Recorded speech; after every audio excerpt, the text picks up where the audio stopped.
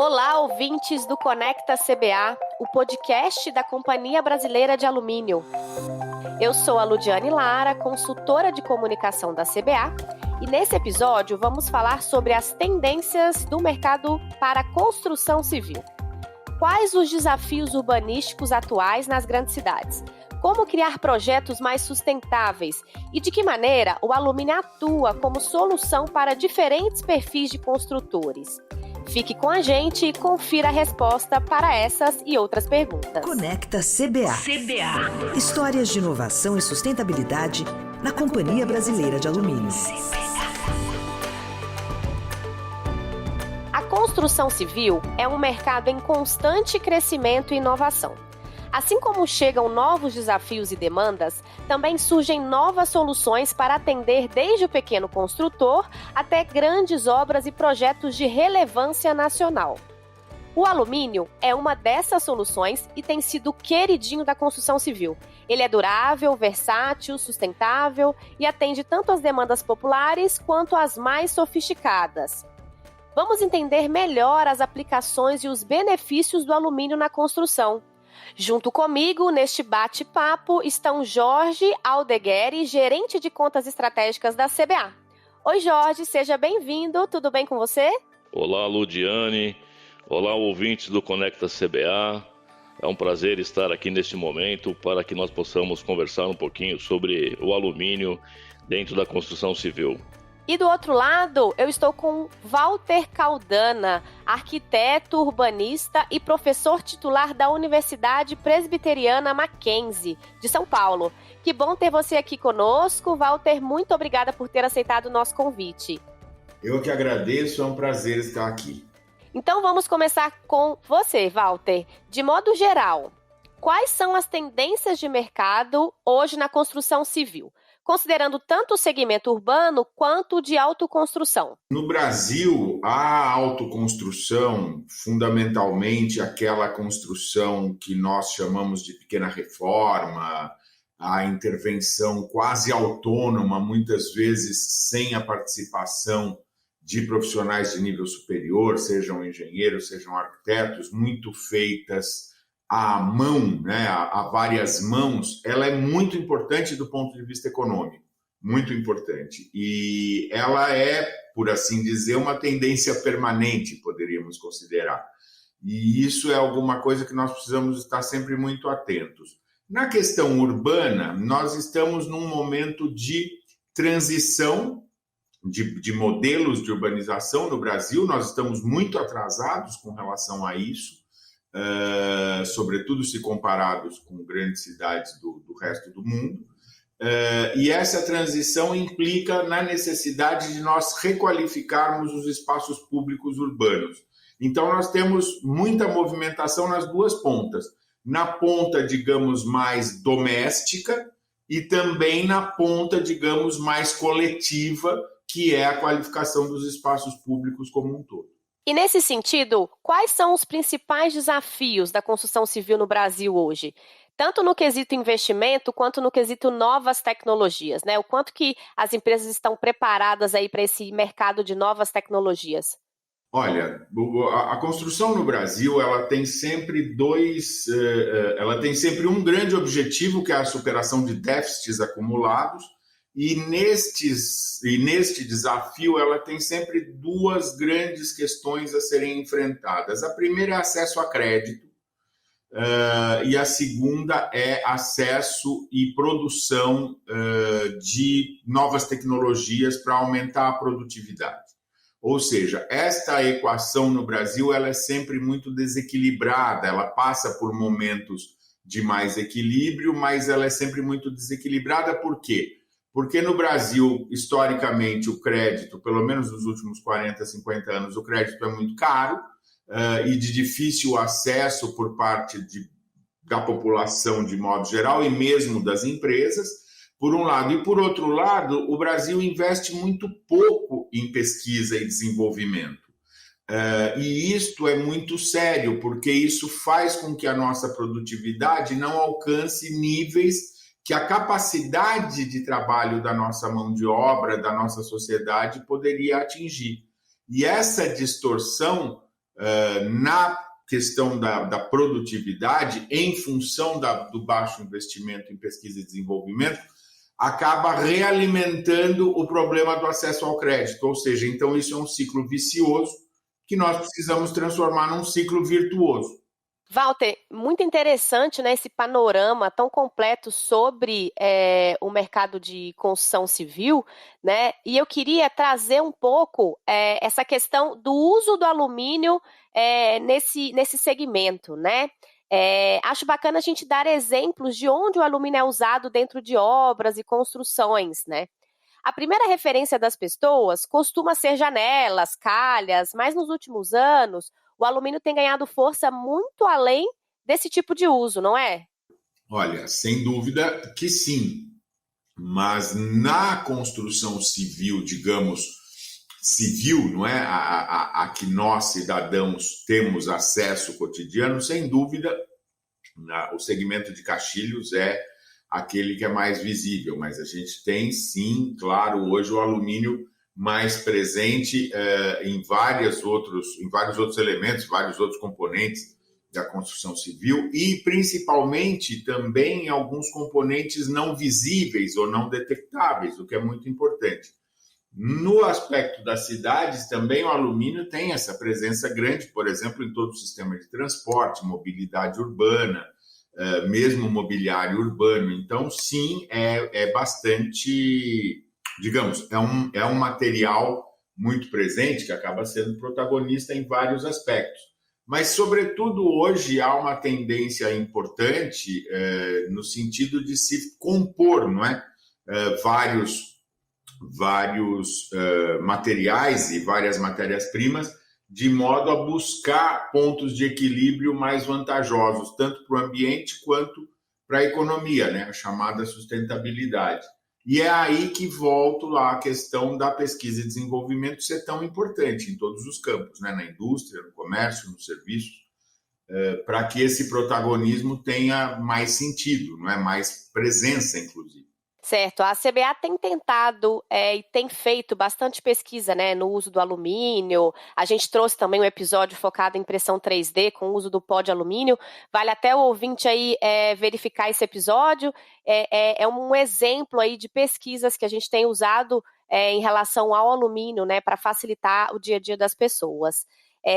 Agora, passando um pouco a bola para o Jorge, para a gente entender o que realmente é possível aplicar, como é possível aplicar o alumínio em diferentes esferas da construção. Me conta, Jorge, onde que o alumínio é utilizado? Quais são os benefícios do alumínio para o segmento de construção civil? Se você puder elencar para a gente alguns exemplos. Bom, estamos falando em construção civil, né, aqui diretamente. Então, podemos dizer a utilização do alumínio em si nas edificações, né? Estão presentes aí, ele vai estar presente em forros, divisórias, portas, né? Falamos em revestimentos e grandes construções aí de obras como as fachadas em prédio. Você vê muito toda aquela ancoragem que tem dos vidros, aquilo tudo é alumínio, né? Sem falar na parte de coberturas, né? A telha de alumínio, ela é extremamente eficiente, é um produto nobre em termos de cobertura, tá? Podemos falar também em termos de infraestrutura, tá? Utilizado para escoramento de viadutos, estádios, né? Tem vigas, pilares, utilizados também em manta de impermeabilização, né? Muitos não sabem. E temos aí também uma larga utilização na forma de construção de casas, tá? Utilizando-se laminados de alumínio, chapas, e os perfis de alumínio também. Como o professor bem disse, né, muito utilizado na autoconstrução aí nas janelas e também no mobiliário urbano, que nós vemos muito por aí. Um dos pontos bastante interessantes está no retrofit, né, dos prédios. São novas fachadas, deixando diversos modelos de construções com visuais bem modernos e agradáveis, né? Quando nós falamos já, aplicando ele em diferentes esferas de construção, e por que ele é tão utilizado, os benefícios do alumínio, nós podemos colocar alguns pontos muito claros, que é a durabilidade, né? Ele é resistente, né? O alumínio em si ele não é corrosivo, tá? Temos um exemplo muito prático, se você for buscar em pesquisa, tem uma cidade do estado de Goiás, Rio Verde, onde foi criado modelo de aviários, né, de frangos, ou seja, aquilo lá foram milhares de metros quadrados de coberturas, todo em alumínio, justamente porque pela sua resistência, muito utilizado em ambientes agressivos, como em locais de maresias, né, e também curtumes, ambientes agressivos. O alumínio ele tem a propriedade de resistir a esses ataques externos do ambiente, né? Além da versatilidade do alumínio, tá certo? Se você for analisar a exemplo mesmo, trazendo o exemplo de janelas, das construções em prédios, essa versatilidade ela permite com que você parta de um modelo de janela, né? Digo modelo, são os perfis de alumínios aplicados dos pavimentos, por exemplo, do primeiro ao quinto andar, e o que vai ser utilizado para os andares superiores. Ele não muda visual, mas a utilização, espessura de perfil de alumínio para suportar as cargas de vento, todo esse processo, ou seja, ele é muito versátil, né? O alumínio é um metal leve, né? Ele pesa aí 1/3 do aço, por exemplo, do ferro. Então ele se torna também de fácil manuseio, transporte, tá? E é sustentável, né? Não temos como deixar de dizer, né? Ele vai ser um produto extremamente sustentável. Sim. Essa questão da pandemia, Jorge, aumentou bastante a demanda, né, no mercado de construção civil. A gente está vendo agora todo mundo querendo reformar a casa, né? O pessoal ficou mais tempo em casa, aí olha uma coisa aqui dentro de casa que não gosta, aí reforma. Como é que tá as demandas das construtoras? Isso, de fato, essa percepção que as pessoas têm de aumento de preços no mercado de construção civil, né? Isso é real, né? Houve esse boom aí no mercado novamente? Podemos dizer que houve sim um crescimento, principalmente na autoconstrução, né? O indivíduo está em casa, viu a necessidade de uma reforma e ele acabou partindo sim para algumas reformas e pequenas construções. Esse mercado, já dito anteriormente em nossa conversa com o próprio professor Walter, ficou muito claro que ele de fato move a economia, né? É muito forte esta ação.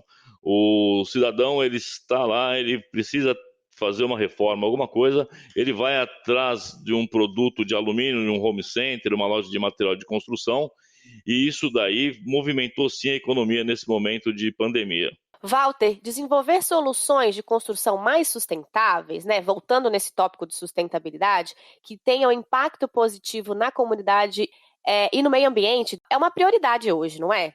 Como o mercado ele tem enxergado essa questão? O mercado enxerga essa questão de duas maneiras. Uma maneira que eu acho extremamente positiva, que é incorporando de fato na sua, digamos, na sua alma, a preocupação ambiental e a preocupação com sustentabilidade, entendendo aí que a preocupação com sustentabilidade ela tem uma combinação, né, que são preocupações econômicas, ambientais e sociais. Mas também tem uma parte do mercado que acaba se preocupando com isso por uma questão apenas de sobrevivência, né? Não acredita muito, mas percebe que o mundo está exigindo, que a sociedade está exigindo cada vez mais, então tenta se adaptar. Isso é bom, assim, não é o ideal, mas é bom também. Agora, nós temos ainda uma parcela do mercado que não teve acesso a esta informação ou à informação de que esta questão da sustentabilidade, do equilíbrio das cadeias produtivas seja tão importante. E aí entra, acho que, uma obrigação nossa, da indústria, do comércio, dos serviços, de divulgar este assunto, não é?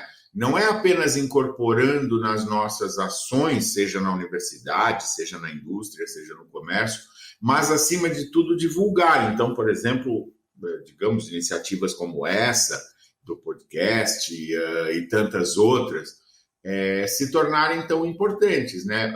Para que as pessoas cada vez mais incorporem a questão da sustentabilidade na sua alma, no seu modo de ser, não é? No seu dia a dia, como uma coisa natural. Eu acho que esse é um grande desafio desse momento para nós todos, né? Seja em que campo for que a gente atue.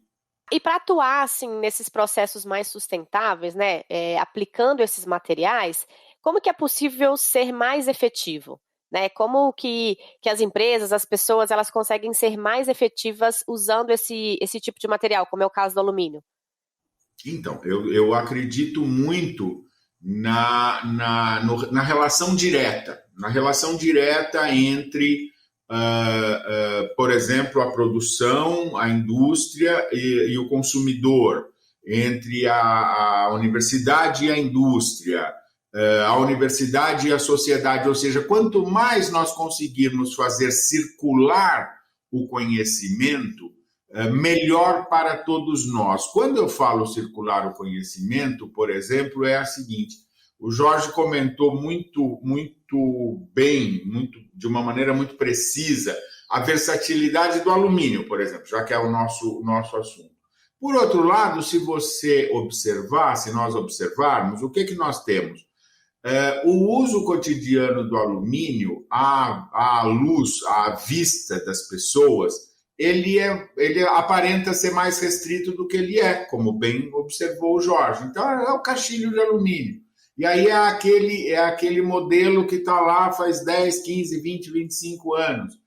Quando, na verdade, nós temos um potencial enorme de uso, dada a leveza e a versatilidade do material, por exemplo, para ficar só no alumínio, e às vezes nós não temos como dar vazão a isto. Por quê? Porque às vezes falta diálogo talvez de escolas de design, de cursos de design, desenvolverem algumas coisas que depois possam ir mais rapidamente para a indústria, que por sua vez coloca mais rapidamente no mercado, no comércio, que por sua vez terá condições de divulgar isso de uma maneira mais efetiva, mais ampla, chegando lá na ponta, naquela compra quase do varejo, não é?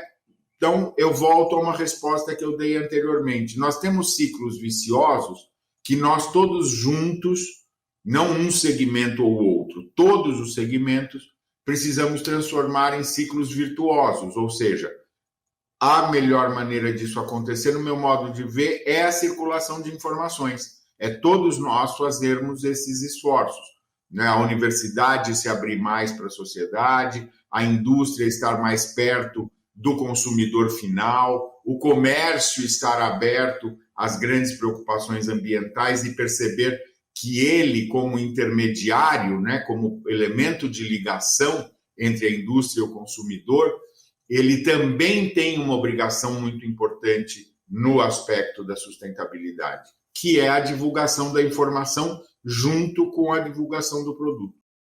No fim, o acesso à informação, né, e a educação, eu diria, sempre é o caminho mais viável, né? E aí a gente está falando aqui de um item específico, né, nesse podcast, mas a busca aí pelo acesso à informação, né, para que toda a sociedade tenha aí o mesmo acesso, né, entenda realmente a importância da sustentabilidade, é de fato um caminho que a gente precisa percorrer, né, e juntos, né, é o que você comentou, né, não só a indústria, mas a sociedade, a universidade e todos esses interlocutores aí, né, que nos cercam. Uma aula, muito obrigada. Desculpe só complementar, você veja, né, o quanto já evoluiu esse assunto nos últimos 20 anos, por exemplo, não é?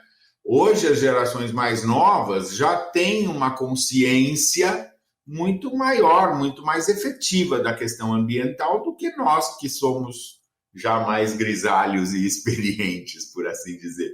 Mas é bom, né? As coisas estão evoluindo, eu sou otimista. Com certeza, com certeza. Vide meu filho, né, que me corrige, fala da natureza, da importância da natureza, etc e tal, com apenas 3 anos. A gente tem que acreditar nas próximas gerações, com certeza. O alumínio colabora nessa busca por materiais renováveis. Jorge, para a gente finalizar aqui, vou passar a última pergunta para você. Explica para a gente por que o alumínio tem forte apelo ambiental. Bom, o alumínio, todos nós sabemos aí que é de extrema durabilidade, né? Mas agora tem um ponto fantástico, que é a sua reciclagem infinita, né? Ele atende a diversos ciclos. O alumínio em si, ele em suas diversas formas, eles podem retornar para ser reciclado. Isto é um ponto já muito claro e de extrema alegria para todos aí, positivismo, né? Também pode ser produzido com baixa pegada de carbono. Esse é um ponto muito importante, né? A CBA, por exemplo, ela possui um selo de certificação internacional, o ASI, né? Onde ele indica este selo às empresas que trabalham de forma sustentável, tá? Com a indicação de emissão do dióxido de carbono, tá? Que tanto agride aí o meio ambiente, né? Desequilibrando o efeito estufa no planeta Terra. Tá? Para você ter uma ideia, hoje os indicadores, a média global são de 12 toneladas, né, de dióxido de carbono por tonelada de alumínio líquido produzido no processo de eletrólise. A SI, ela recomenda a linha de corte para empresas que eles emitem até a partir de 8 toneladas de CO2. E a CBA, ela conseguiu um resultado agora em 2021 de 2,66 toneladas de CO2 por tonelada de alumínio líquido. Ou seja, nós estamos muito bem posicionados e trabalhando de forma que a baixa pegada de carbono seja efetiva. Não é à toa, Jorge, que o alumínio vem ocupando papel de destaque no mercado e ainda tem muito a crescer. Obrigada, Jorge, obrigada, Walter, pela participação e por dividirem com a gente um pouco do cenário da construção civil hoje. Antes de me despedir, vou contar a curiosidade do episódio de hoje. Sabia que o pavilhão do AMB, em São Paulo, possui a maior estrutura espacial de alumínio do mundo? Pois é. Professor, é uma obra incrível essa, não é mesmo? Aquela obra é maravilhosa. Era uma inovação no mundo aquilo tudo. E como era tudo muito novo e enorme, como você mesmo falou, eles chamaram uma empresa canadense para supervisionar o cálculo todo da estrutura. E a empresa canadense fez e mandou para o Brasil, tal, não sei o quê. Aí o pessoal daqui, quando foi... Você sabe que aquilo lá foi içado, né? Ele foi montado no chão e subiu por partes, mas é lindo a história. Eles escreveram para os canadenses, né? Olha, mandaram uma carta, período tal nós vamos içar a estrutura. Chegou um telegrama dos canadenses, para tudo. Porque os canadenses falaram que eles queriam recalcular tudo. E aí, quando eles viram que iam construir mesmo, mandaram parar tudo, recalcularam tudo, vieram para o Brasil, acompanharam, foi bárbaro. Essa história é muito engraçada. Muito bem lembrado, parabéns pela lembrança.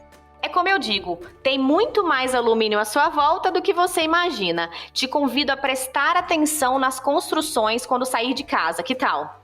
Eu me despeço do episódio de hoje e aproveito para te chamar para acessar o nosso site conectacba.com.br e nossos perfis nas redes sociais. Obrigada pela companhia e até o próximo episódio. Conecta CBA.